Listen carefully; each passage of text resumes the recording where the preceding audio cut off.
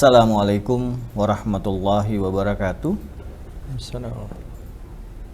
Alhamdulillahirabbil alamin wa bihi nasta'inu ala umuri dunya waddin. Wassalatu wassalamu ala asrafil anbiya'i wa mursalin sayyidina wa maulana Muhammadin wa ala alihi wa sahbihi ajmain, amma ba'du. Alhamdulillah, puji syukur kita panjatkan kehadirat Allah Subhanahu wa taala karena di hari ini, tepatnya di hari Rabu, hari yang ke-23 di bulan Jumadil Akhir 1443 Hijriah atau bertepatan dengan 26 Januari 2022. Kembali kita bisa hadir bersama-sama di Majelis Ta'lim Al-Mulk dalam rangka mengikuti kajian hukum privat. Pengajian kita di setiap bulanan yang kita laksanakan baik secara online maupun secara offline, yang alhamdulillah sudah dimulai kemarin atas berkat izin Allah, sudah dimulai di Bank BRI cabang Ambon. Hari ini kita lanjutkan dengan kajian secara online melalui media Zoom maupun Facebook Majelis Ta'lim Al-Mulk. Semua ini berkat rahmat dari Allah Subhanahu wa taala yang memberikan kesempatan umur kita yang panjang, kesehatan kepada kita, dan kesempatan kepada kita untuk hadir di sore hari ini. Salawat dan salam kepada junjungan kita Nabi besar Muhammad SAW. Insyaallah kita akan menerima syafaatnya di yaumil mahsyar nanti, karena kita selalu hadir, duduk bersama-sama mendengarkan kajian-kajian yang bisa menambah ilmu bagi kita, yang bisa menambah amal bagi kita, sehingga kelak akan diperuntukkan oleh Allah Subhanahu wa taala. Karena di tengah kesibukan kita masih menyempatkan diri untuk hadir, menyimak dan mengikuti kajian yang dilakukan oleh atau dilaksanakan oleh kami dari Majelis Ta'lim Al-Mulk. Bapak Ibu jamaah Majelis Ta'lim Al-Mulk yang dirahmati Allah, insya Allah kajian kita sore hari ini masih menyambung kajian kita di minggu lalu terkait dengan kajian hukum privat terkait pernikahan. Kalau minggu kemarin kita berbicara terkait dengan sunnah nikah oleh para rasul.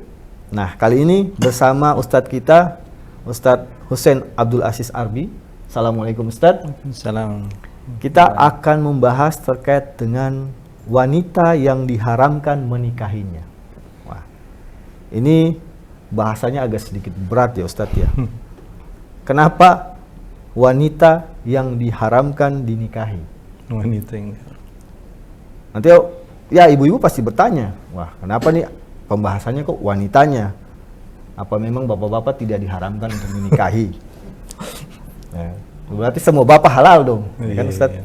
Nah, terkait dengan kajian kita sore hari ini, apa sih sebenarnya maksud dari wanita yang diharamkan dinikahi? Apakah ada ketentuannya, ada aturannya, ataupun ada hal-hal yang Allah sudah tetapkan ataupun Rasulullah sudah terapkan dalam kehidupannya, sehingga itu menjadi sebuah hal yang perlu diperhatikan oleh kita, terutama para calon suami untuk memilih calon istri. Silakan Ustaz. Bismillahirrahmanirrahim. Assalamualaikum warahmatullahi wabarakatuh. Waalaikumsalam. Alhamdulillah rabbil alamin wa bihi nasta'inu ala umuri dunya waddin. Wassalatu wassalamu ala asyrafil anbiya'i wal mursalin sayyidina Muhammadin wa ala alihi wa ashabihi ajma'in wa la udwana illa 'alal zalimin. Allahumma 'allimna bima yanfa'una wanfa'na bima 'allamtana warzuqna 'ilman nafi'a.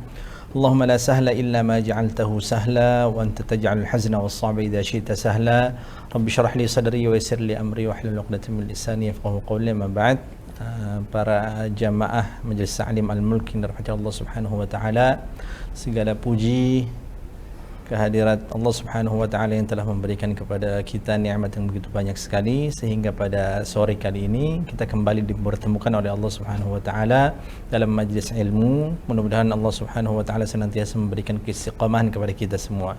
Salawat serta salam tak lupa kita curahkan kepada Nabi besar Muhammad sallallahu alaihi wasallam, kepada para keluarga, sahabat, tabi'in, tabi'ut tabi'in, juga kepada para pengikutnya yang senantiasa mencoba untuk mengamalkan sunnahnya hingga akhir kiamat nanti.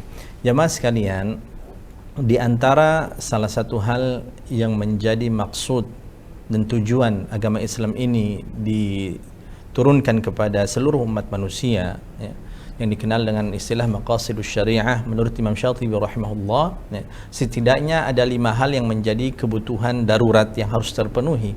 kondisi yang mana kita wajib untuk melindungi hal tersebut. Kalau seandainya kita tidak dapat melindungi ataupun menjaga hal itu, maka kondisi kita bisa saja berubah menjadi sebuah kondisi yang darurat yang mengharuskan bagi kita untuk melakukan hal-hal yang sebenarnya dilarang.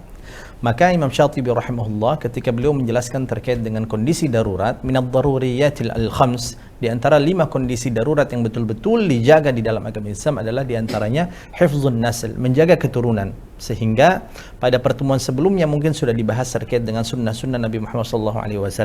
Di antaranya mungkin kita mendengar hadis an-nikahu sunnati, bahwasanya nikah itu merupakan sunnahku, kata Rasulullah SAW. Ini menarik, ada sebuah cerita lucu. Di pesantren kadang kita belajar bahasa Arab itu terdapat bahasa Arab yang tidak ada harakatnya. Ada istilah Arab gundul. Nah, bahasa Arab gundul ini merupakan tulisan bahasa Arab yang tidak terdapat harakatnya. Tulisan hadis tersebut tulisannya adalah an-nikahu sunnati. An-nikah tulisannya alif, lam, nun, kaf, alif, kemudian ha, an-nikah. Ya. Walaupun tidak ada harakatnya, rata-rata semua orang bisa membaca an-nikah, walaupun tidak ada harakatnya, karena tulisannya seperti itu. Sedangkan sunnati, tulisannya sin, nun, ta, kemudian ya. Ini ada santri waktu itu yang mungkin masih belajar bahasa Arab, dia bingung ini bacanya bagaimana, an-nikahu sunnati, karena tidak ada harakatnya, dia baca akhirnya an-nikahu santai. An-nikahu santai, karena tulisannya memang seperti itu, akhirnya dia tidak nikah-nikah. Kata dia santai, kata Nabi santai, tapi sebenarnya an-nikahu sunnati, nikah itu merupakan sunnahku. Faman raghiba an sunnati falaysa minni, dan barang siapa yang membenci atau tidak menyukai sunnahku, berarti dia bukan merupakan golonganku, kata Rasulullah SAW. Ya. Jadi hanya ada satu cara di dalam agama Islam agar kita itu betul-betul mendapatkan keturunan yang terjaga, terjamin, ya, yaitu hanya melalui proses pernikahan saja. Nah, maka pada kesempatan kali ini sebuah tema yang menarik sebenarnya, itu terkait dengan wanita-wanita yang diharamkan untuk dinikahi, siapa saja mereka, atau lebih simpelnya hal ini bisa kita katakan sebagai mahram. Mahram atau muhrim? Coba, mahram atau muhrim? Kan selama ini kita mungkin dengar, ih, jangan sentuh, bukan muhrim. Nah, sebenarnya muhrim atau mahram? Karena ada makna yang berbeda antara muhrim dengan mahram. Sebenarnya kalau tema yang kita bahas pada sore kali ini adalah mahram, bukan muhrim. Kenapa demikian? Muhrim itu diambil dari kata ahrama yuhrimu ihraman, yang artinya orang yang sedang melaksanakan ihram. Orang yang akan melaksanakan ibadah haji, ibadah umrah, ya, otomatis dia diwajibkan pertama kali untuk berihram. Apa itu ihram? Ihram adalah suatu kondisi di mana dia akan menggunakan pakaian ihram.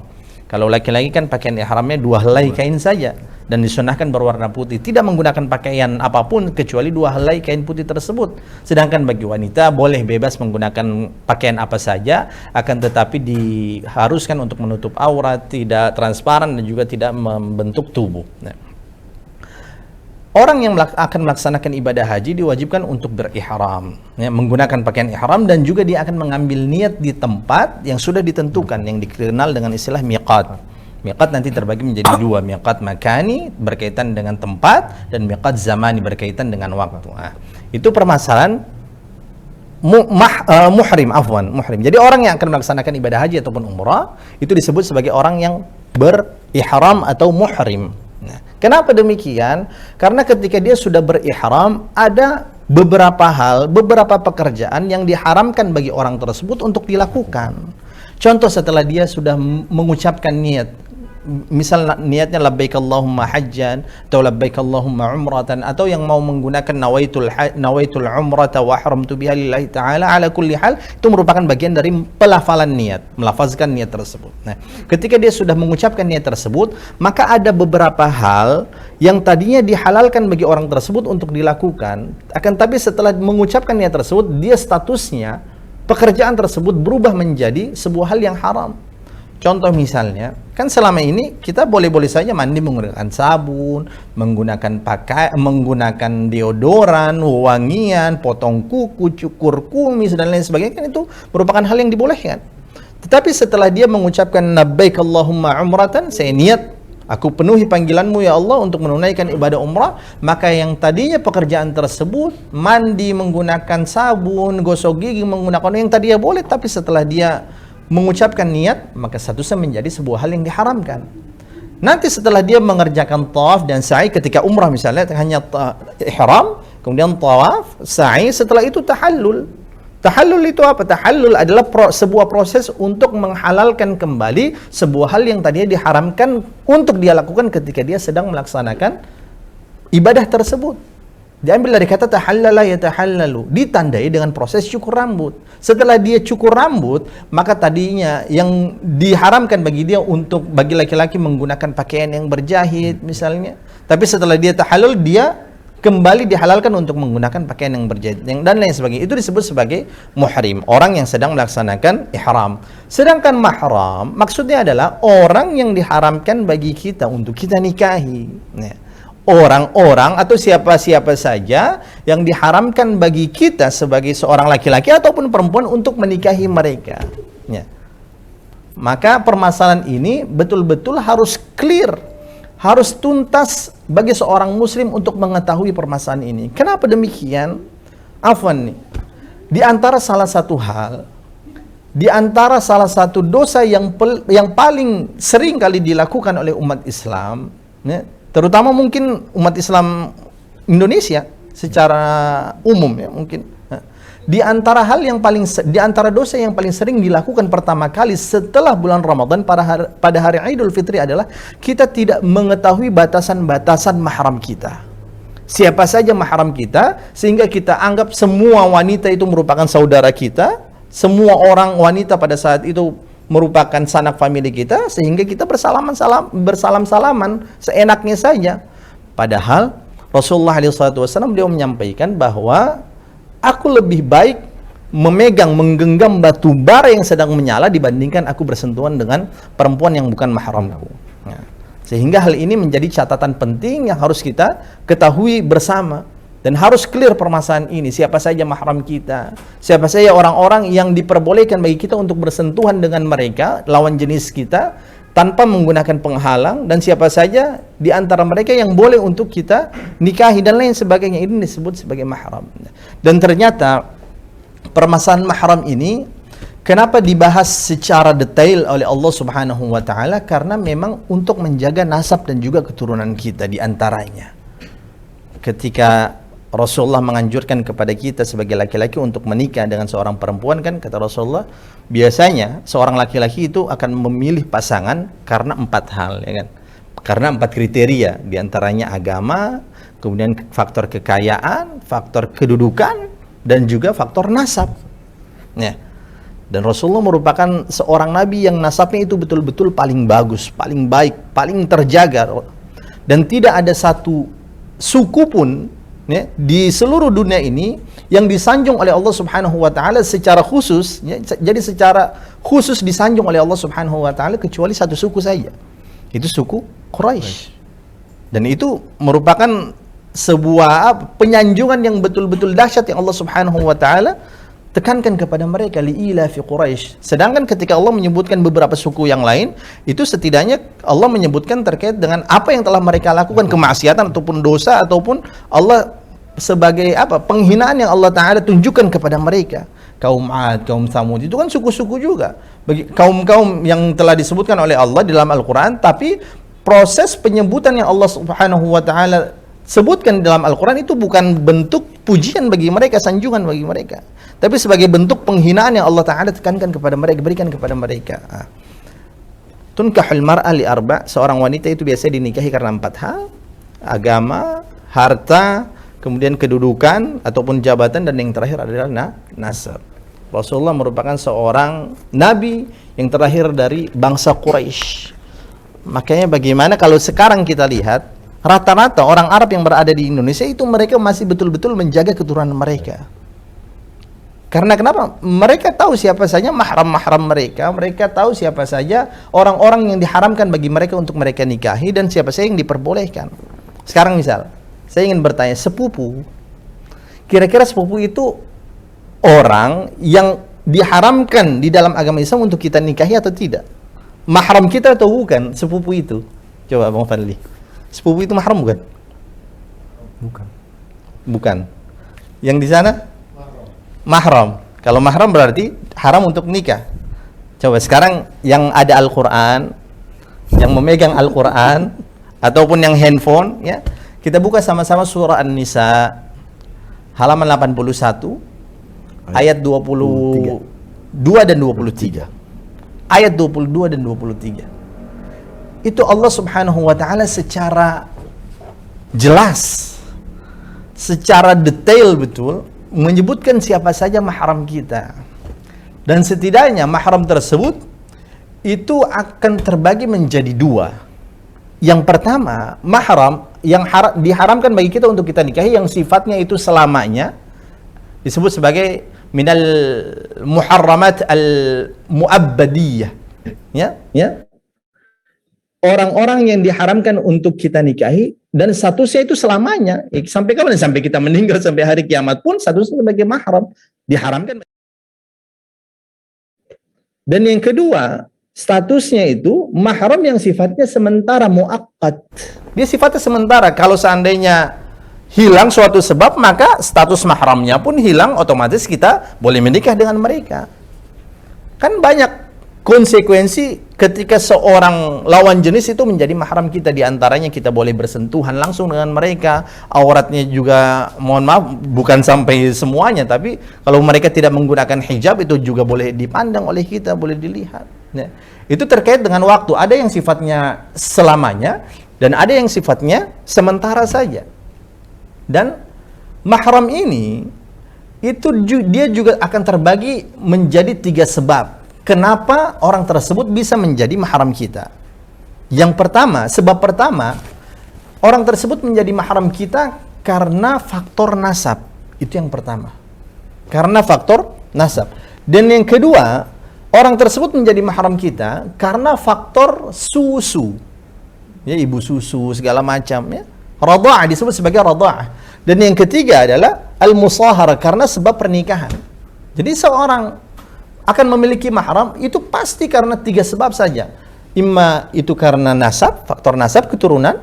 Imma itu karena dia faktor susu, waktu mungkin dia kecil, ya, dia pernah disusui oleh orang lain. Dan yang ketiga, yang terakhir adalah karena faktor pernikahan. Itu saja. Tidak ada yang lain sama sekali. Nah, dan di sini di ayat 22 dan 23 Allah Subhanahu wa taala menjelaskan setidaknya, ya, ada mereka yang dari faktor nasab itu disebutkan oleh Allah Subhanahu wa taala sebanyak 7 asnaf, 7 golongan. Siapa saja mereka? Kita baca dari ayat 23 terlebih dahulu. Allah menjelaskan, hurrimat alaikum ummahatukum, telah diharamkan bagi kalian untuk kalian menikahi mereka. Siapa saja? Ummahatukum. Siapa itu ummahat? Ibu. Dan satu sisi ini ibunya ibu kandung. Karena ketika menjelaskan ibu tiri nanti Allah Ta'ala tidak menyebutkan ummahatukum. Ummahat itu diambil dari kata Ummun itu satu ibu. Ummani 2 ibu. Ummahat ibunya berarti ada banyak. Telah diharamkan bagi kalian untuk kalian nikahi siapa? Ummahatukum. Ibu-ibu kalian. Berarti otomatis status kita dengan ibu kandung kita, ya, itu merupakan mahram.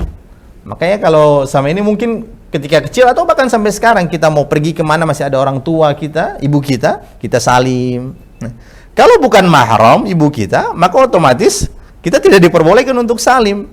Dan kita diperbolehkan juga untuk menikah dengan ibu kita, tapi kan tidak. Allah Subhanahu wa taala menjelaskan hurrimat alaikum ummahatukum. Dan sekarang kalau seandainya kita menerobos atau mencoba untuk melanggar fitrah yang Allah Subhanahu wa taala tetapkan seperti ini, apa yang terjadi? Misal seorang anak menikah dengan ibunya. Mungkin kita pernah mendengar bagaimana di barat sana orang-orang kafir ketika seorang anak, mohon maaf, berhubungan badan dengan ibunya. Kan mungkin kita pernah mendengar berita tersebut. Apa yang akan terjadi? Bahaya. Ketika dilakukan hubungan badan seperti ini, bisa saja anak yang dilahirkan nanti cacat dan lain sebagainya. Banyak sekali ibrah ataupun hikmah kenapa Allah Subhanahu wa taala menetapkan hukum seperti ini. Ibu kandung, ya Allah. Orang-orang kafir naudzubillahi min dzalik, berhubungan badan dengan ibu kandung, naudzubillahi min dzalik. Padahal mereka itu merupakan orang yang menjadi mahram kita. Malahan dari sebab kalau seandainya kita bisa menggunakan kesempatan itu dengan baik, kita akan bisa mendapatkan surga, ya kan? dengan berbakti kepada kedua orang tua, terlebih kepada ibu. Ibu 3 kali fadilahnya lebih utama dibandingkan ayah dan lain sebagainya. Yang kedua, wa banatukum, mohon maaf, yang tadi ummahatukum wa in ala, dan juga ibu dan juga yang ke atasnya. Siapa saja berarti? Ibu kita, nenek kita, ibunya nenek lagi, nah, ibunya nenek. Ah, itu yang perempuan-perempuan itu semuanya mahram kita.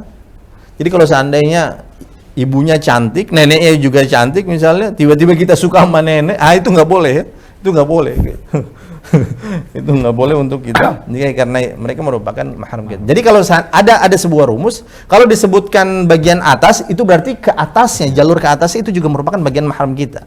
Dan ketika disebutkan yang di bawah, berarti ke bawahnya semuanya juga itu merupakan bagian dari mahram kita. Nanti akan kita jelaskan di sini. Wa banatukum, dan anak-anak perempuan kita itu kan mahram. Anak kita pergi sekolah salim ya. Kalau kecil kan kita mandikan, kita ceboki mereka ketika mereka buang air ya. Karena kenapa? Mahram kita. Ada nggak sih seorang anak, seorang bapak, ayah tiba-tiba dia menikah dengan anaknya? Kan nggak ada. Tapi beberapa belakangan ini kita mendengar seorang ayah, mohon maaf, naudzubillah min dzalik, dia tiba-tiba memerkosa ya, menyetubuhi anak kandungnya sendiri. Ini kan ya Allah, kaumnya Nabi Lut saja mungkin tidak melakukan hal itu. Kaumnya Nabi Lut kan berhubungan badan laki-laki dengan laki-laki, tapi bukan sesama di keluarga ya tidak, tapi dengan orang lain. Na'udzubillahi min dzalik ya. Dia berhubungan badan dengan anak kandungnya, padahal dia itu merupakan mahramnya.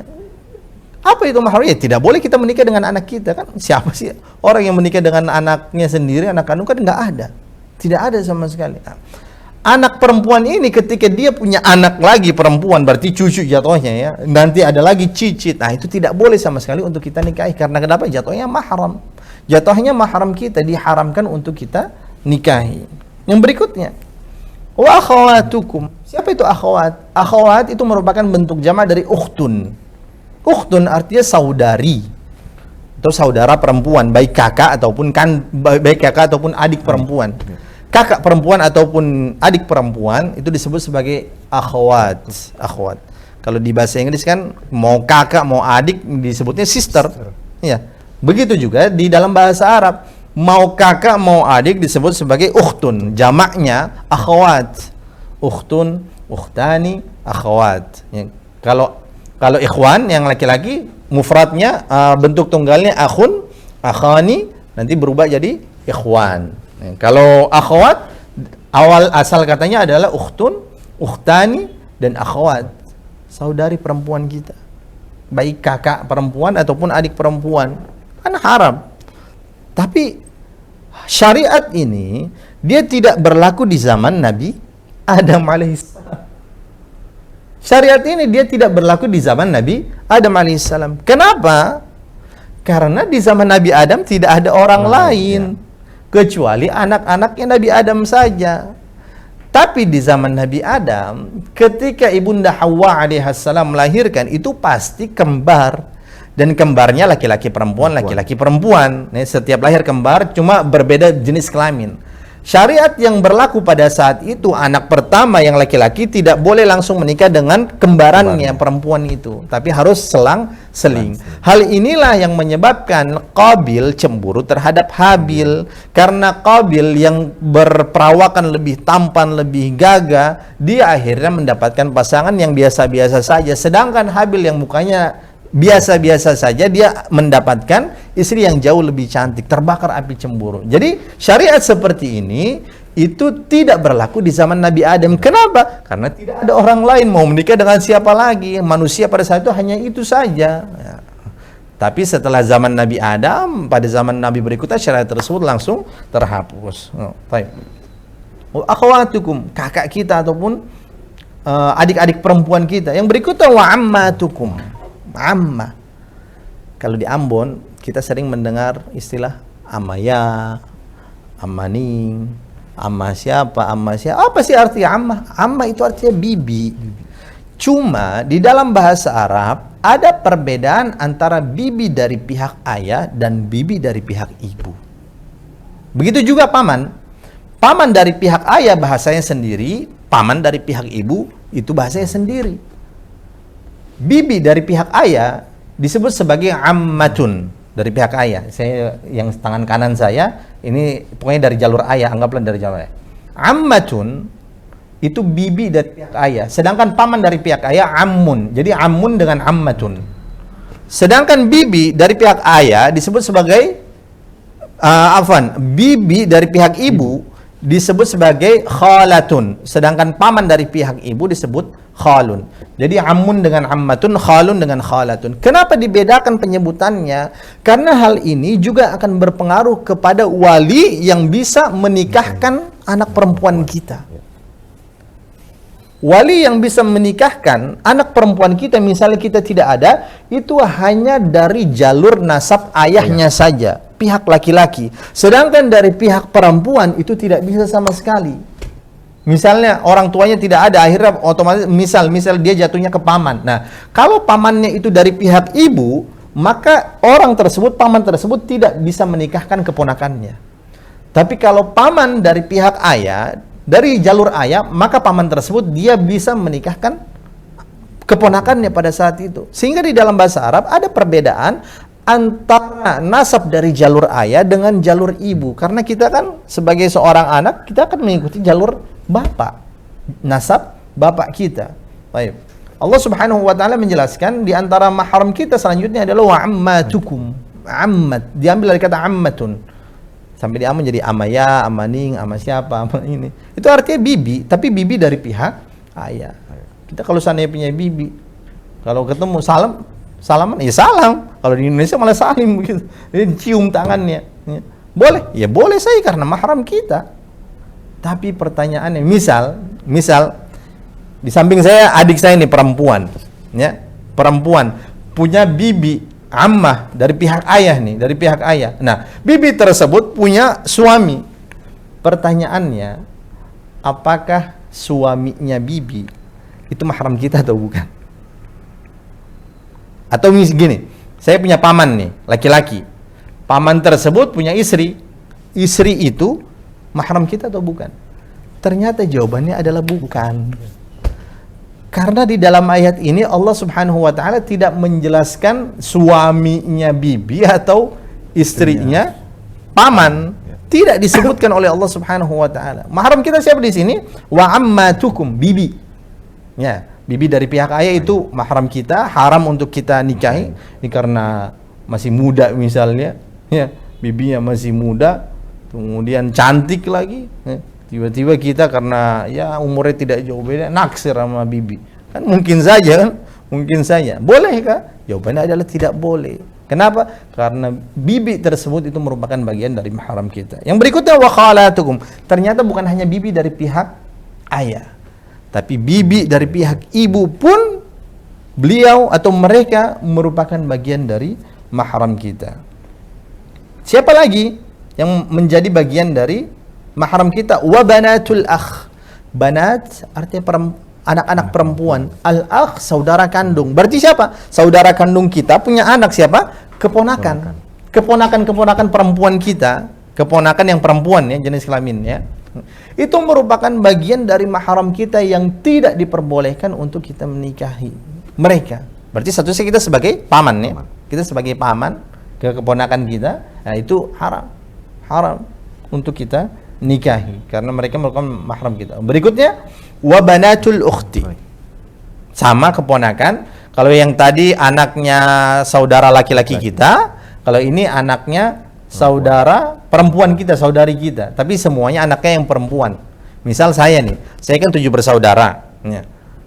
Yang pertama yang perempuan ada Sakinah dengan Zahra Muti'ah. Yang laki-laki ada Faisal, ada Mahmud, saya, kemudian Ahmad Maki dan Umar. Nah, Sakinah dengan Zahra Muti'ah, dia punya anak ternyata perempuan. Nah, saya itu diharamkan untuk menikah baik dengan anak perempuannya yang Sakinah dengan Zahra Muti'ah atau anak perempuannya saudara laki-laki saya. Jadi keponakan perempuan, baik itu keponakan dari yang laki-laki ataupun perempuan, ketika mereka sejenis kelaminnya itu perempuan, maka diharamkan untuk kita nikahi. Wa banatul akhi wa banatul ukhti. Yang berikutnya, Ini sebab lain. Kalau tadi karena faktor nasab, yang berikutnya Allah Ta'ala jelaskan terkait dengan faktor susuan. Nah, pertanyaannya, berapa kali susuan sampai anak tersebut dikategorikan sebagai anak susu? Dan ibu itu menjadi ibu susu. Kalau di Indonesia mungkin ya ada 1-2 lah. Jarang sekali. Tapi kalau di Arab sana menjadi kebiasaan mereka, bahkan Rasulullah SAW beliau disusui. Makanya beliau memiliki ibu susu. Ya. Dan ibu susunya Nabi bukan hanya Halimatus Sa'diyah. Sebelum Halimatus Sa'diyah menyusui Nabi, ada seorang wanita lagi yang pernah menyusui Nabi Muhammad SAW yang bernama Suwaibah. Ada kisah lucu. Waktu kita kecil atau ketika kita punya anak, kan banyak nih orang yang menyusui anaknya karena malas mungkin atau dia sibuk, ya, ngantor segala macam, akhirnya dia kasih tambahan susu formula saja. Nah, susu formula kan susu apa? Sapi. Berarti ibu susunya siapa? Sapi. Baik. Ternyata untuk menjadi anak susu ataupun ibu susu itu ada 2 syarat setidaknya yang harus terpenuhi. Yang pertama, dia disusui itu di bawah umur 2 tahun. Kalau sudah lebih dari 2 tahun, maka tidak lagi statusnya berubah menjadi saudara susu atau ibu susu atau anak susu, tidak. Jadi dia harus di bawah 2 tahun. Karena di dalam agama Islam, seorang anak bayi itu dia memiliki hak untuk disusui selama 2 tahun, haulaini kamilain. Liman arada yutimma radha'ah. Baik. Syarat yang kedua, berapa kali susuan? Apakah cuma 1 kali kemudian statusnya berubah menjadi ibu susu? Kan tidak. Ternyata 5 radha'at musybi'at. Itu 5 kali susuan sampai mengenyangkan anak bayi tersebut. Ya, kan biasanya seorang ibu tahulah ketika disusui dia kenyang, biasanya ditandai dengan ya ketika dilepas dia tidak lagi nangis.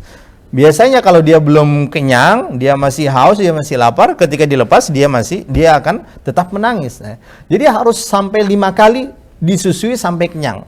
Kalau kurang dari 5 kali, belum dikategorikan sebagai saudara sesusu atau ibu susu atau anak susu. Rasulullah SAW beliau memiliki saudara sesusuan. Siapa itu? Syaimah. Saudara sesusuannya Nabi, saudara bukan ibu susu ya, tapi saudara sesusuannya Nabi Muhammad SAW adalah Syaimah. Berarti statusnya Rasulullah diharamkan untuk menikah dengan Syaimah. Karena kenapa? Statusnya menjadi saudara susuan. Nih. Rasulullah SAW beliau menjelaskan, yahrumu minar radha'ah ma yahrumu minan nasab. Yahrumu minar radha'ah ma yahrumu minan nasab. Diharamkan dari segi susuan, maksudnya dari jalur susuan, ibu susu, ya, menjadi mahram maksudnya bagi kita, ma yahrumu minan nasab. Sama juga halnya seperti siapa saja yang menjadi mahram kita dari segi nasab. Kan tadi sudah dijelaskan ada 7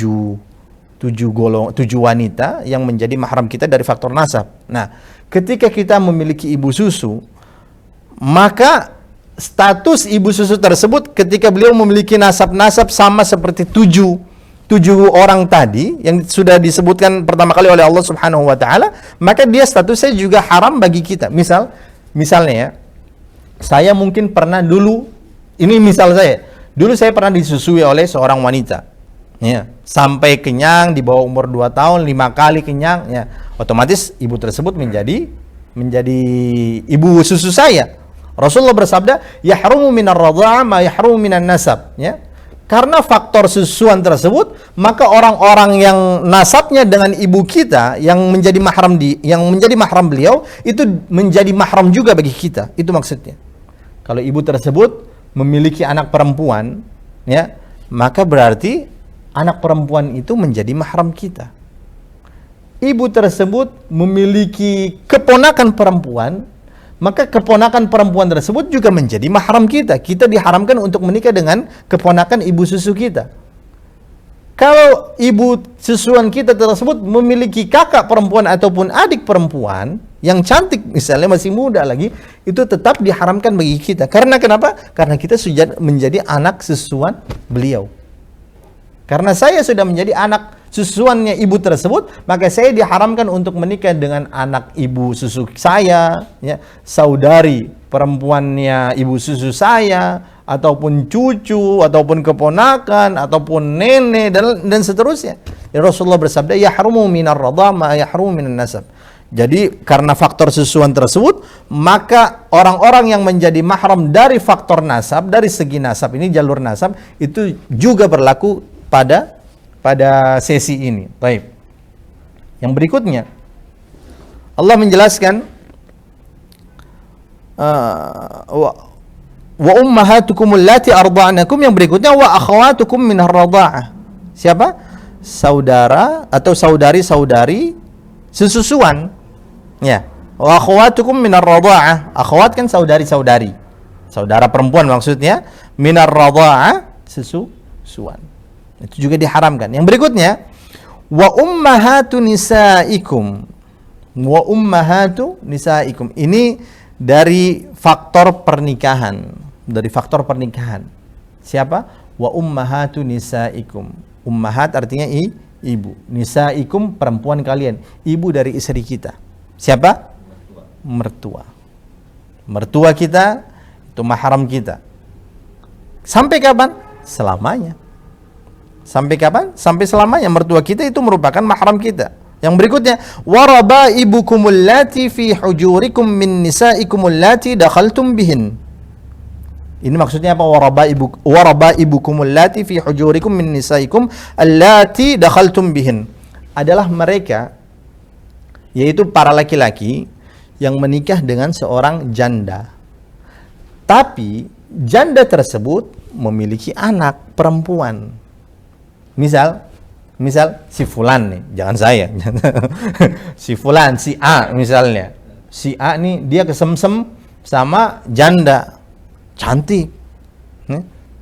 Masih muda, tapi janda tersebut punya anak juga, perempuan. Nah, pertanyaannya, apakah anak perempuan tersebut yang akan menjadi atau yang telah menjadi anak tiri kita itu merupakan mahram kita? Itu pertanyaannya. Kira-kira mahram bukan? Mahram bukan, Muhammad Fadli? Anak tiri kita nih, yang perempuan nih, mahram bukan? Kalau berdasarkan ayatnya. Kalau berdasarkan? Sudah dicampuri, mahram. Ya, ada syaratnya. Syaratnya apa? Ketika sudah digauli, dicampuri. Ibunya, sang ibunya. Tapi kalau kita belum menggauli ibunya, tiba-tiba cerai karena lihat anak, wah cantik, lebih cantik anaknya nih, gue ceraiin aja deh. Jadi belum dipegang tuh istrinya, ya. Dia udah nikah sama ibunya, ternyata lihat anaknya, wah lebih cakep nih, langsung diceraiin tuh, belum diapa-apain. Nah, kalau kasus seperti ini, maka anak tersebut belum menjadi mahramnya. Tapi kalau sudah digauli terlebih dahulu, dicampuri terlebih dahulu, kemudian baru, ya Allah anaknya lebih cantik ternyata. Itu tidak boleh. Karena sudah mahram, sudah dicampuri ibunya terlebih dahulu. Makanya Allah Ta'ala jelaskan, warabaibukum allati fi hujurikum, dan wanita-wanita tersebut, ya, anak tiri ini, allati fi hujurikum, yang berada di kamar kalian. Karena kenapa? Rabibah itu biasanya anak yang kita berikan pendidikan, berikan tarbiyah, kita ayomi dia, kita berikan kita berikan nafkah segala macam. Fi hujurikum min nisaikum, syaratnya apa? Allati dakhaltum bihin. Ini syaratnya.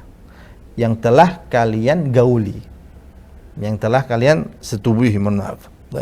Fa illam takunu dakhaltum bihin. Nah, ini Allah Ta'ala kembali menjelaskan.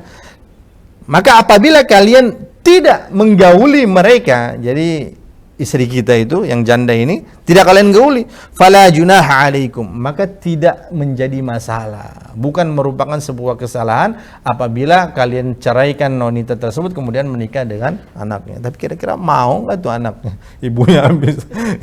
Itu kan, fala junaha alaikum. Tapi kalau kejadiannya seperti ini maka tidak menjadi masalah, ya. Kalau misalnya nikah kemudian diceraikan, belum diapa-apain, kemudian dia menikah dengan anaknya dan anaknya mau misalnya. Nah, pertanyaannya apakah boleh? Maka jawabannya adalah boleh. Fala junaha alaikum, kata Allah Subhanahu wa taala. Berikutnya, wa halailu abnaikum alladhina min aslabikum. Wa halail yaitu menantu kita. Wa halailu abnaikum. Abna itu artinya anak-anak kita, anak-anak laki-laki. Halail itu maksudnya zaujah, istri anak-anak kita, berarti menantu. Ini tiba-tiba ngelihat menantunya cantik banget nih. Tiba-tiba disuruh ceraiin anaknya, suruh ceraiin istrinya, habis itu kita yang nikah sama bekas menantunya, itu tidak boleh.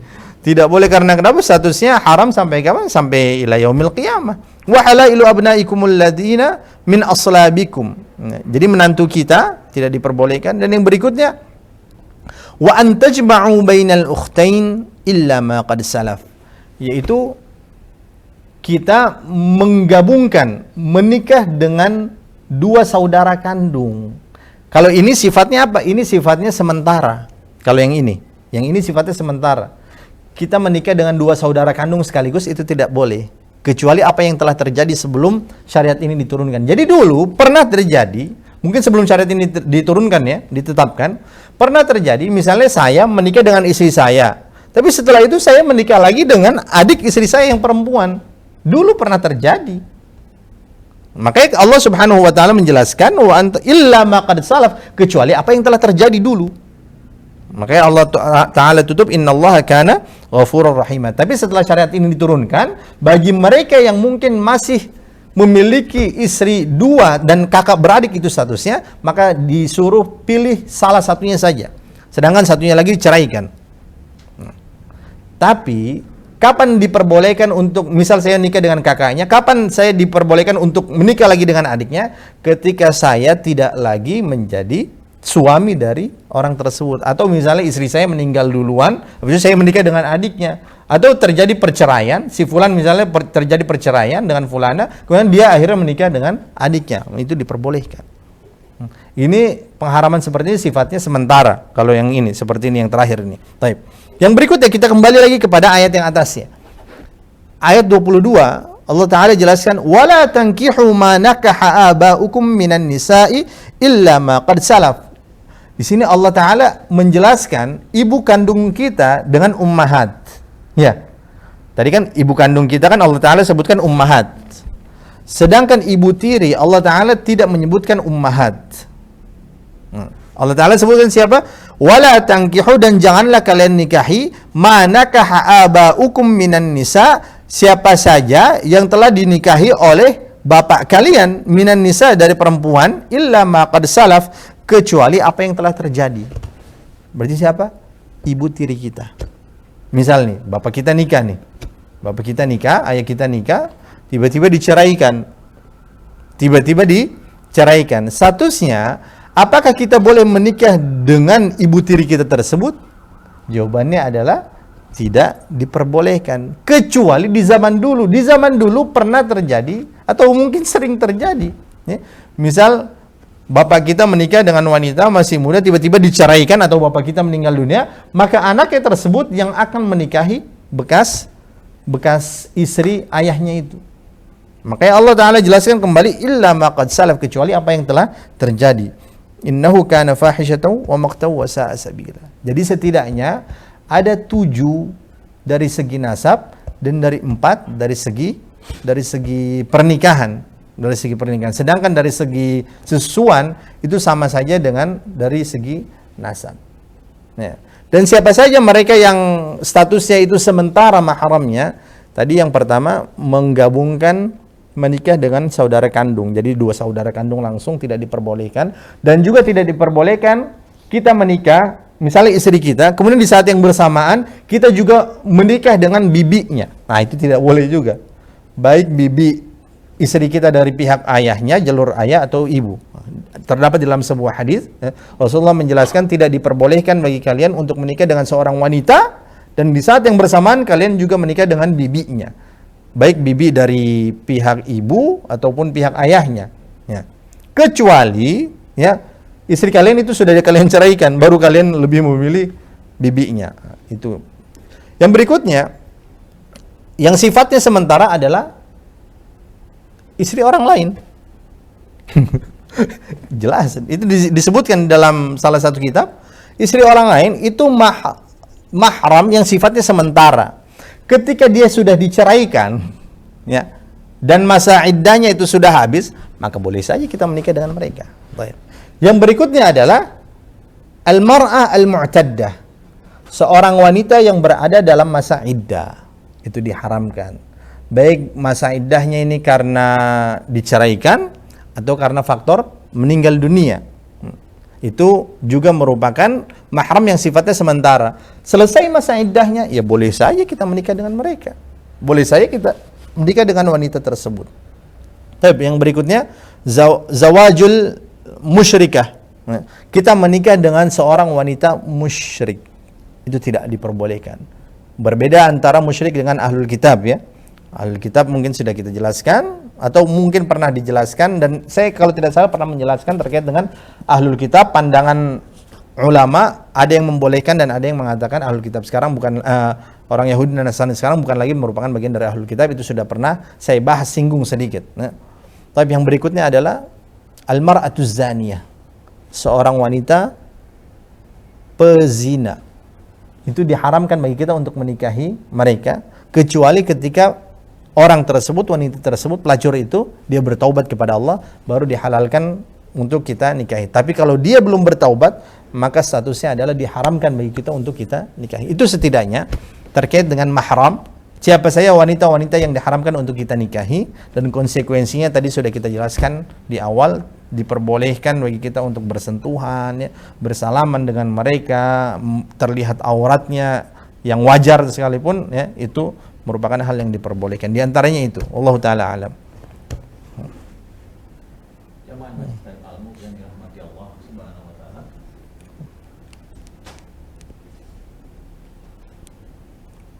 Kita sudah mendengarkan sedikit penjelasan dari Ustaz terkait dengan mahram yang diharamkan kita nikahi untuk wanita-wanita yang ada 7 golongan ya Ustaz ya. Kita tidak boleh nikah. 7 tambah 4 jadi 11. 4 jadi 11. Ya. Itu 11 saya kalau pikir-pikir, wah salah jaga. Usaha. Kondisi sekarang ya Ustaz, yang tadi Ustaz sampaikan. Nah, ini ada satu pertanyaan Ustaz. Assalamualaikum Ustaz. Bagaimana hukumnya jika sudah terlanjur terjadi pernikahan yang sebenarnya mahram, tapi karena ketidaktahuan sehingga hal tersebut terjadi? Misalnya sepasang saudara karena sesuatu hal sehingga terpisah sejak kecil. Kadang-kadang ada saudara yang dipiara oleh omnya, tantenya, atau keluarga bapaknya atau keluarga ibunya. Sementara kedua orang tua tidak saling kontak, ya mungkin karena orang tuanya cerai, makanya sampai akhirnya meninggal, dan anak yang terpisah kemudian hari bertemu dan menikah. Setelah terjadi pernikahan, barulah diketahui kalau yang dinikahi itu merupakan mahramnya. Bagaimana cara menyelesaikan atau kelanjutan dari pernikahannya? Apakah harus diakhiri meskipun sudah terlanjur memiliki keturunan? Dan anak dari pernikahan tersebut bagaimana status atau garis nasab?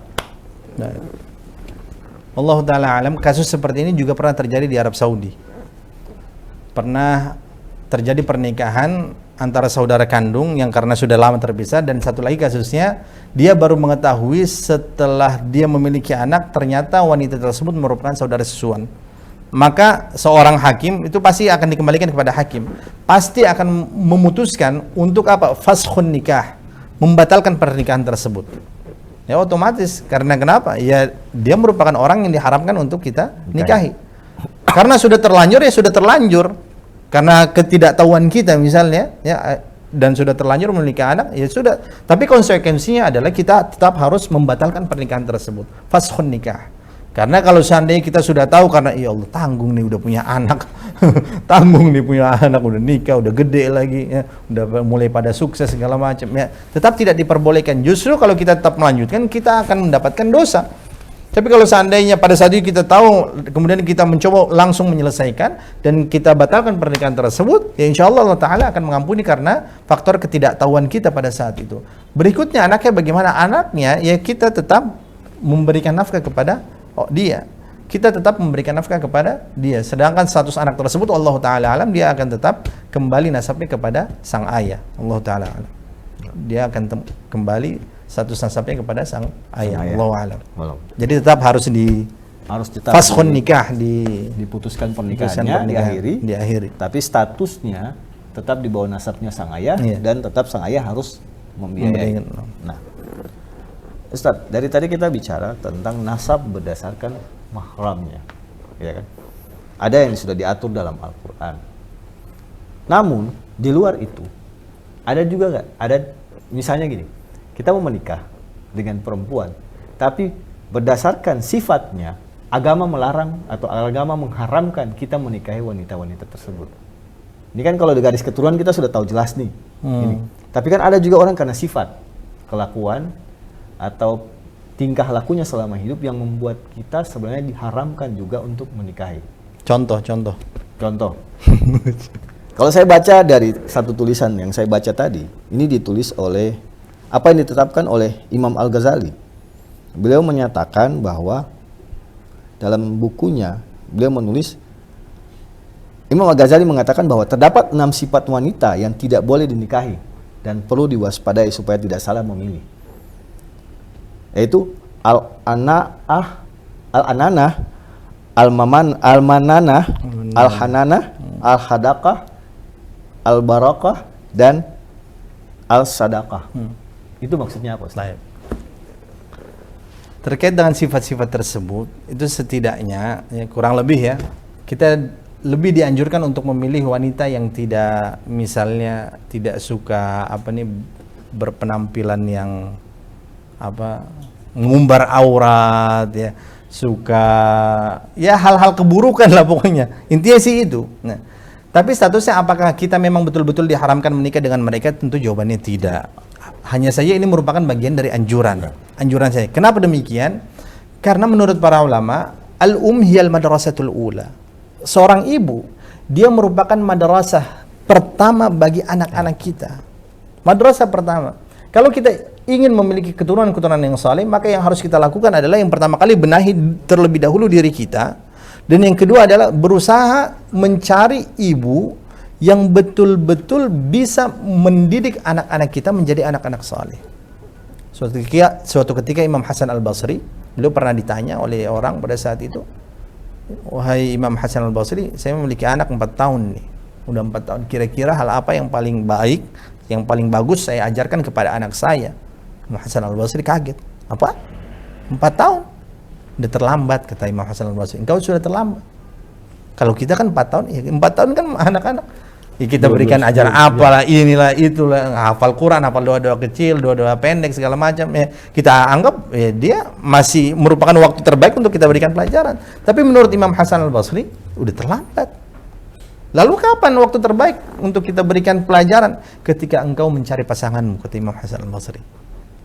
Jadi, ketika kita ingin mendapatkan keturunan yang salihah, otomatis kita harus mencari wanita yang salihah. Kan kita pernah mendengar ad-dunya mata'. Dunia ini merupakan perhiasan. Wa khairu mata'iha, dan sebaik-baiknya perhiasan adalah al-mar'atus salihah. Seorang wanita yang salihah, itu sebaik-baiknya perhiasan. Makanya kalau wanita tersebut dia suka riba, suka ngedumel, suka foya-foya, itu lebih baik jangan. Karena kenapa? Nanti kita akan kerja 2 kali. Sekarang coba lihat, para wanita ini setelah nonton sinetron Layangan Putus, apa yang terjadi? Apa yang terjadi? Banyak layangan yang putus. Banyak layangan putus kan? Setelah ini, lihat suami-suami di rumah sana. Ya Allah. Kalau di luar rumah jadi singa awalnya, setelah istri nonton layangan putus jadi kucing basah kuyup. Diintimidasi, ditanya sana sini, dilihat handphone, kamu sih gini-gini. Jadi lebih baik kita mencari al-mar'atus salihah. Jadi anjuran seperti itu yang dikatakan oleh Imam Al-Ghazali itu sifatnya bukan haram sebenarnya. Hanya saya merupakan bagian dari anjuran supaya kelak kita tidak kerja double. Karena susah mendidik seorang pasangan itu. Dan pasangan dia yang akan menentukan keturunan kita itu bagaimana. Coba kita lihat. Banyak sekali anak-anak yang di sekolahnya mungkin susah diatur segala macam lah, itu bisa dilihat dari keluarganya ada masalah atau tidak. Kalau seandainya di dalam keluarganya ada masalah, biasanya akademiknya juga akan bermasalah. Kenapa terjadi sedemikian? Karena mungkin istri dengan suami ya tidak cocok, sering ribut segala macam ya. Makanya ini merupakan bagian dari anjuran supaya kita mendapatkan istri yang salihah, keturunan yang salihah, cari wanita yang baik. Karena Rasulullah kan pernah menyampaikan kan, mungkin sudah dibahas oleh Ustaz Hatta. Ya. Yang paling baik ya, kalau kita cari seorang wanita, lihat faktor agamanya. Lihat faktor agamanya. Kan banyak orang awalnya lihat cantiknya atau kayanya dulu. agamanya belakangan deh. Agamanya belakangan. Cantiknya dulu, kayaknya dulu. Kalau itu ya sudahlah, ntar agamanya kita yang bimbing lah dia. Kita yang bimbing masuk surga. Ingat, bimbing istri itu nggak semudah membalikkan tangan. Sulit. Makanya supaya kita tidak perlu untuk bekerja 2 kali, bekerja ulang, lebih menguras tenaga, waktu kita segala macam, lebih baik mencari fazfar bidzatid din taribat yadak, cari yang agamanya itu bagus, maka engkau akan beruntung, kata Rasulullah SAW. Allahu a'lam. Ya. Ini mungkin yang terakhir Ustadz ya. Kita sudah baca sifat, kita sudah belajar terkait dengan nasab mahramnya. Tapi dari tadi kalau kita bicara Ustadz, ujungnya adalah rata-rata ke perempuan. Iya kan? Nah sekarang ini kan fenomena sudah terbalik Ustadz. Dulu mungkin ketemu laki-laki yang cari. Nah, sekarang ini kan orang bilang emansipasi, ada perempuan yang belum bilang perempuan cari jodoh. Ya. Nah, ada sebenarnya kriteria untuk seorang wanita dia menetapkan calon suaminya gitu, Ustaz. Karena kalau kita bicara laki-laki dari tadi, laki-laki saja yang menentukan. Insya Allah dari tadi memang yang ada di sini cuma laki-laki, perempuan cuma berapa orang yang sisa. Yang hadir laki-laki semua. Coba baca dari atas sampai bawah di Zoom nih, laki-laki semua. Ibu-ibu pasti bilang ini, dong bicara ke Tong. Tapi dong saya tahu kata dong nih, bagaimana? Nah, ada tidak lagi Ustaz kriteria atau mungkin sifat yang sebenarnya harus dihindari oleh seorang wanita ketika dia menetapkan jodoh? Apalagi sekarang juga terjadi, orang bilang zaman Siti Nurbaya sudah tidak ada, tapi masih ada orang tua yang menjodohkan anaknya tanpa melihat kriteria. Padahal anaknya sendiri bilang, ya kalau mau ta'aruf boleh, tapi dengan catatan beta harus tahu beta pun calon suami seperti apa. Bagaimana Ustaz? Ya. Jadi hadis tersebut yang tunkahul mar'a li arba' itu sebenarnya bukan hanya berlaku kepada laki-laki yang akan mencari pasangannya saja. Tapi dia juga berlaku bagi seorang istri yang akan mencari ataupun menentukan pasangannya. Jadi ketika seorang istri datang kepada dia seorang laki-laki tapi agamanya jelek, misalnya dia tidak cocok karena faktor agamanya, boleh saja bagi orang tersebut untuk menolak itu. Walaupun itu dijodohkan. Walaupun itu dijodohkan, ya, sebenarnya boleh saja. Ya. Nah, makanya seorang orang tua yang memang setiap harinya dia akan membangun komunikasi dengan baik dengan keluarganya, pasti dia akan mendengarkan pendapat-pendapat anaknya pada saat itu. Pertanyaannya, bolehkah bagi seorang istri dia yang mencari? Jawabannya adalah tentu boleh saja. Diperbolehkan.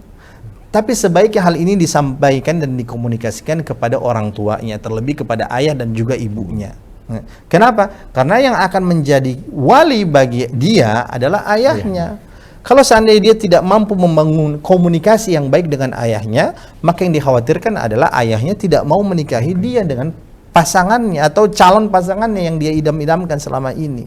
Akhirnya apa? Kawin lari.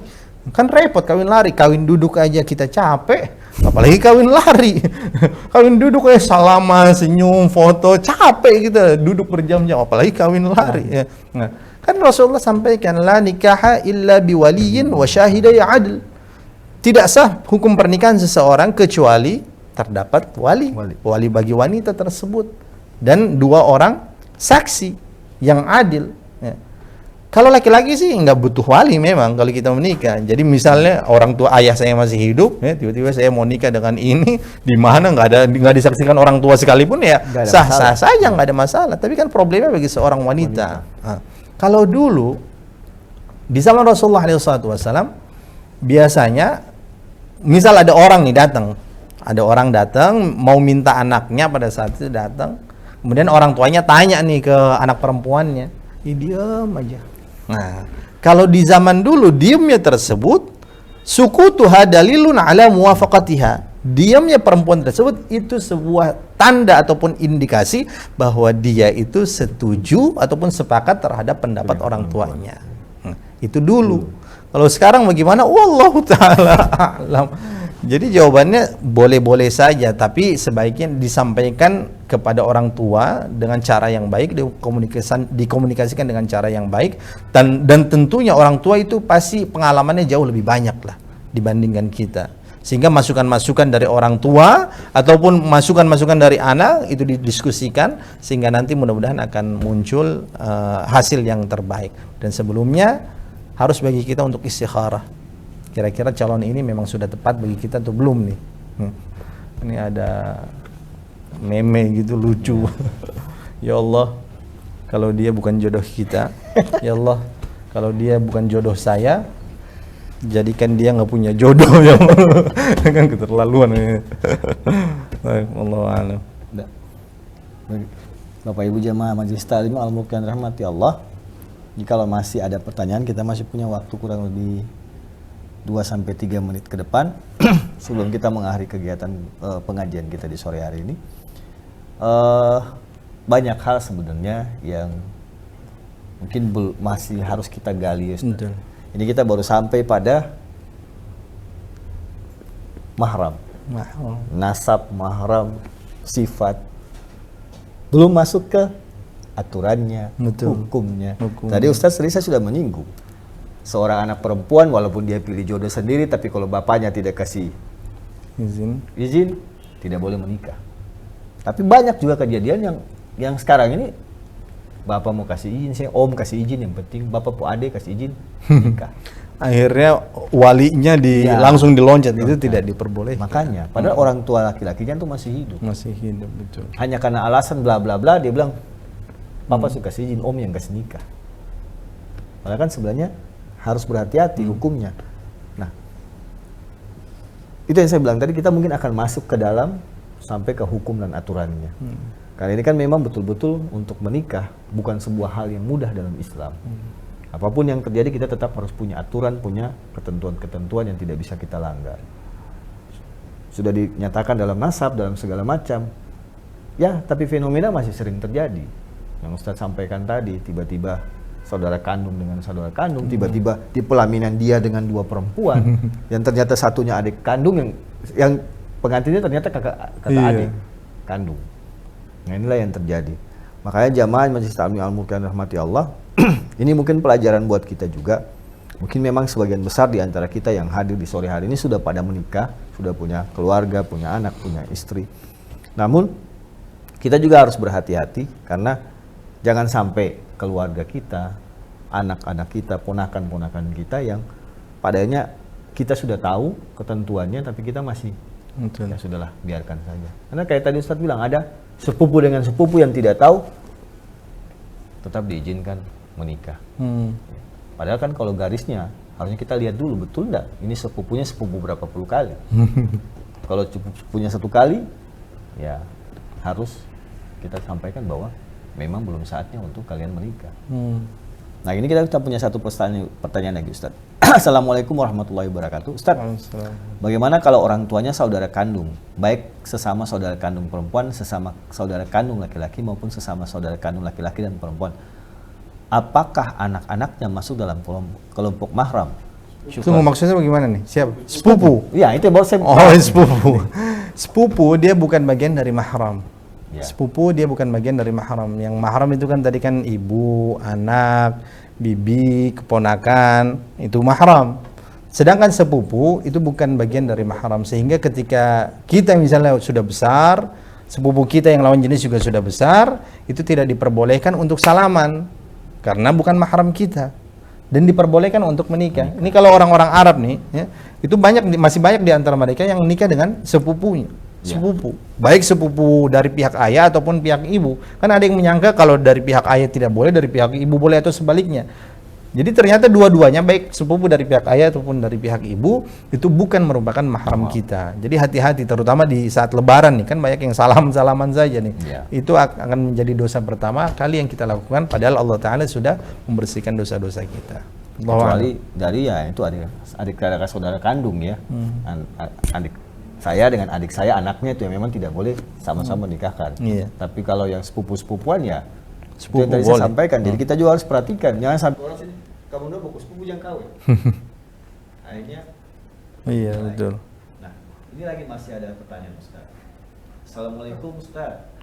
Mau tanya, apakah membatalkan wudu bila suami istri bersentuhan dalam artian tidak sengaja berpegangan tangan? Baik. Baik. Ini juga sekarang yang sering terjadi. Betul, betul. Bahkan sering jadi perdebatan. Atau mulai sama bini pegang tangan, atau beta wudu batal, Baik. kita mau jaga wudu sampai isya. Baik. Bagaimana Ustaz? Baik, menurut pandangan ataupun madhab Imam Syafi'i rahimahullah, bersentuhan dengan istri itu akan membatalkan wudu, khusus di dalam madhab Imam Syafi'i, karena beliau menyikapi aula mastumun nisa, atau menyentuh wanita-wanita kalian, istri kalian maksudnya adalah itu dengan cukup bersentuhan begini saya sudah langsung membatalkan wudu. Sedangkan di dalam madhab yang lain itu terdapat penjelasan yang jauh lebih detail. Jadi kalau seandainya kita menyentuh istri kita, pasangan kita, kemudian di saat yang bersamaan muncul ghirah, hawa nafsu kita pada saat itu, maka pada saat itu baru akan membatalkan wudu kita. Akan tetapi ketika bersentuhan, salaman begitu saya tanpa ada hawa nafsu segala macam, maka dia tidak membatalkan wudu di dalam madhab yang lain. Kenapa? Banyak sekali terdapat dalil yang menjelaskan bahwasanya Nabi Muhammad SAW, beliau pernah setelah berwudu, beliau mencium kening istrinya terlebih dahulu, setelah itu beliau langsung pergi sholat tanpa mengulangi wudunya.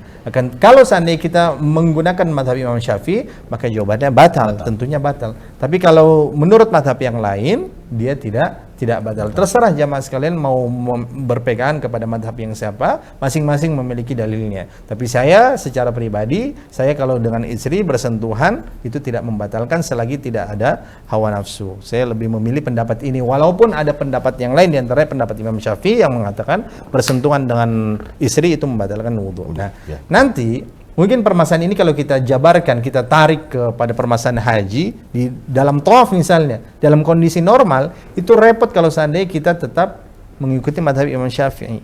Karena kenapa?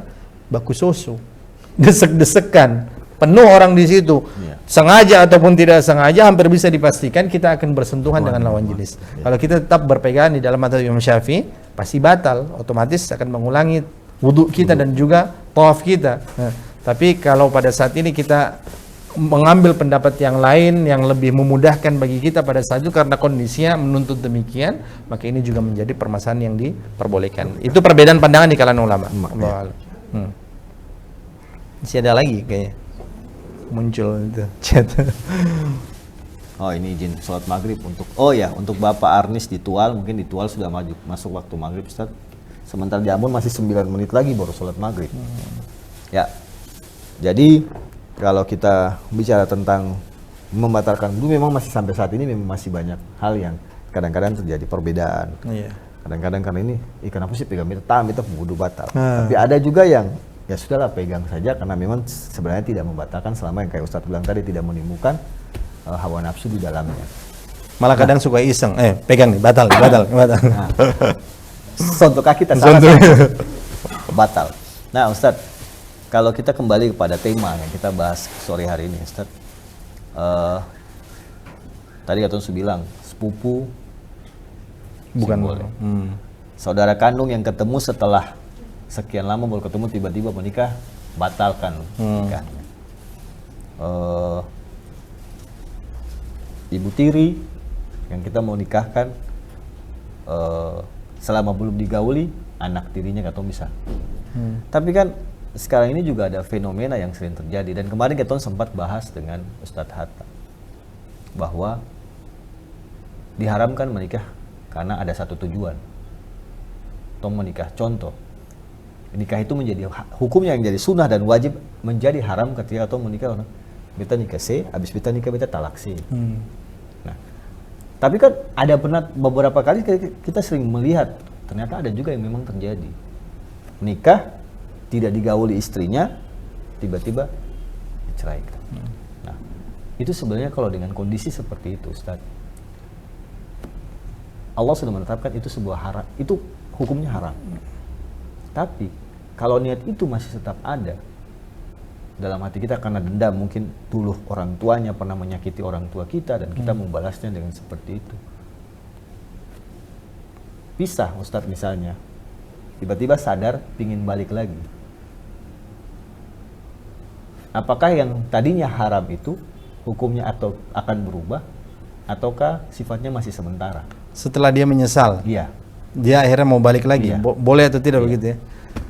ketika kita menceraikan pasangan kita, misal kita kan memiliki 3 kali kesempatan untuk mengucapkan kata cerai kan. Kalau kita mengucapkan cerai kepada istri kita, engkau saya talak, engkau saya talak 1 kali, itu kan maka wanita tersebut berada pada masa iddah. Ya. Masa iddah kan masa tunggu begitu. Kalau cerai itu berarti selama 3 kali suci. Ya, 3 kali suci. Jadi 3 bulan. 3 kali suci tidak, 3 kali dia haid kemudian suci. 3 haid dia suci berarti ya tidak sampai 3 bulan. Oh ya, 2 bulan lah. Ya. Pada masa seperti ini, kalau seandainya kita rujuk sebelum masa iddahnya selesai, ya sudah boleh-boleh saja. Boleh-boleh saja. Tapi kalau masa iddahnya sudah selesai 3 kali suci tapi kita belum rujuk, tiba-tiba baru menyesal, ya Allah kenapa saya ceraikan. Maka kita masih bisa kembali kepada mantan istri kita dengan syarat dengan melakukan pernikahan yang baru. Paham nggak? Dengan mahar yang baru, dengan wali lagi, ada wali dengan saksi ya. Dan kesempatan kali ini masih bisa kita lakukan sebanyak 2 kali. Tiba-tiba kita ceraikan lagi ya. Habis itu kalau masa iddahnya belum selesai ya nggak jadi masalah, kita rujuk. Tapi masa iddahnya selesai, habis itu tiba-tiba kita menyesal dan wanita tersebut belum menikah dengan orang lain, boleh tapi menikah baru lagi. Tapi kalau seandainya sudah 3 kali kita gunakan, ya Dengan wanita yang sama. dengan wanita yang sama, sudah kita bilang cerai sampai sebanyak 3 kali, bilang cerai, habis itu rujuk, cerai lagi, rujuk, habis itu terakhir cerai lagi. Nah, itu kan dia berarti masa iddahnya 3 bulan juga. Setelah itu, setelah dia habis, kita tidak bisa langsung menikah dengan wanita itu. Syaratnya bagaimana kita bisa kembali? Mantan istri kita menikah dulu dengan orang lain. Menikah dengan orang lain, digauli dengan orang lain, habis itu misalnya diceraikan oleh suaminya pada saat itu, baru kita ambil lagi, jadi dapat bekas. Baru pada saat itu boleh. Kalau seandainya sudah 3 kali kita ceraikan, maka otomatis wanita itu, mantan istri kita, harus menikah dengan orang lain lagi. Tapi prosesnya harus terjadi secara alami. Tidak boleh misalnya sudah Ustaz nikah dengan bekas beta pemain tua, nanti Ustaz belum apa-apa Ustaz cerai dia. Itu tidak boleh, itu disebut sebagai zawajut tahlil. Pernikahan untuk menghalalkan kembali orang yang diharamkan. Itu haram hukumnya. Tapi kalau nikah dengan orang lain, prosesnya alamiah begitu saja tanpa ada aturan, skenario dirancang segala macam, tiba-tiba diceraikan, habis itu baru kita kembali, itu boleh. Tapi kalau dari awal sudah Ustaz nanti begini, nanti Ustaz kita kasih keping lah, cerai dia, habis itu 3 bulan cerai dia. Tadi aduh nyesal. Udah nyaman. Jadi begitu ya. Allahu a'lam. Ya. Bapak Ibu jamaah Majelis Ta'lim Al-Mulk yang dirahmati Allah, kayaknya kajian kita di sore hari ini akan semakin asik kalau dibahas. Karena memang dari awal pun kita ketika membahas sunnah nikah bagi para rasul, ini sebuah hal yang ya bagi kita sebagian ini mungkin pelajaran baru, walaupun sudah menikah 2-3 tahun, 15 tahun, 10 tahun. Kadang-kadang dulu kan kita tidak pernah menyadari bahwa oh ternyata aturan-aturan pernikahan ini seperti apa. Nah ini mungkin akan menjadi pelajaran buat kita, sehingga nantinya kita punya anak yang ingin menikah, kita juga sudah tahu bahwa oh ada aturan yang kita tidak boleh lewati, kita tidak boleh langgar. Dan bagaimana misalnya kita sebagai seorang ayah, ya contoh mungkin kita pisah, tiba-tiba anak perempuan datang, bapak beta mau kawin, bapak minta-minta bapak bu wali. Nah, ada kan karena sakit hati sama ibunya dia tidak mau kasih wali. Ada kan beberapa pengalaman yang saya sering lihat, karena sakit hati sama ibunya dia tidak mau kasih, beta sih nggak kasih wali. Nah itu bagaimana anaknya, kasihan mau menikah anak perempuannya. Nah inilah yang kita harus banyak pelajari, bahwa apapun yang terjadi kita harus tetap memberikan wali kita kepada sang anak, karena biar bagaimanapun nasab kita ada di situ, tanggung jawab kita ada kepada sang anak. Walaupun kita mungkin membenci ibunya atau kita membenci ininya, tapi kita harus tetap memberikan wali kita kepada sang anak ya Ustadz ya. Kalau kita serahkan, dia minta sama omnya, terjadi apa-apa, kita lagi akan disalahkan. Malah kita ada orang mungkin dia bikin setelah anaknya kawin dia tuntut. Siapa yang kas kawin sih? Beta ini sih bapak. Itulah. Nah Bapak Ibu jamaah, semoga apa yang kita bahas di sore hari ini bisa menambah ilmu kita, sehingga kita akan menjadi lebih mendalami seperti apa sih hukum pernikahan dalam Islam, seperti apa sih Allah mengatur kita dalam memilih jodoh bagi anak-anak cucu kita nantinya, sehingga kita tidak salah dalam melangkah dalam menetapkan apa yang sudah Allah atur, apa yang sudah Rasulullah ajarkan kepada kita dalam kehidupan beliau di masa lalu. Semoga apa yang kita dapat di sore hari ini dapat menambah ilmu bagi kita. Dan satu hal, mungkin di pagi hari tadi kita pernah mendengar sedikit banyak kondisi sempat tidak kondusif. Kita berdoa sama-sama ya, semoga Allah memberikan ketenangan bagi kita di kota Ambon. Amin. Allah selalu menjaga kita di Maluku, sehingga Maluku akan tetap menjadi provinsi yang aman secara kondisi, menjadi daerah yang baldatun thayyibatun wa rabbun ghafur. Kita selalu dalam lindungan Allah, jangan terpengaruh dengan kondisi yang di luar. Mari kita sama-sama jaga kondisi sehingga Ambon selalu kondusif. Semoga Allah memberkati kita di sore hari ini, dan terima kasih untuk teman-teman dari Bank Rakyat Indonesia yang sudah bergabung, dari BRI, teman-teman dari Penin Bank, dari BCA, dari Bank Mandiri, malah ada yang dari klaster Ternate sampai sudah bergabung, maupun teman-teman dari Tual. Semoga Allah memberkati kita dengan kehadiran Bapak Ibu semuanya di media Zoom kita maupun di Facebook Majelis Taklim Al-Mulk dalam kegiatan kajian privat Majelis Taklim Al-Mulk di bulan Januari tahun 2022 ini. Insya Allah kita akan ketemu lagi di pertemuan selanjutnya. Saya sebagai Ketua Majelis Taklim sekaligus yang memimpin acara di sore hari mengucapkan terima kasih. Kita akan berjumpa di lain waktu. Selamat menjalankan ibadah sholat maghrib bagi Bapak Ibu yang akan menjalankan ibadah sholat maghrib. Wabillahi taufiq wal hidayah. Assalamualaikum warahmatullahi wabarakatuh. Waalaikumsalam warahmatullahi wabarakatuh.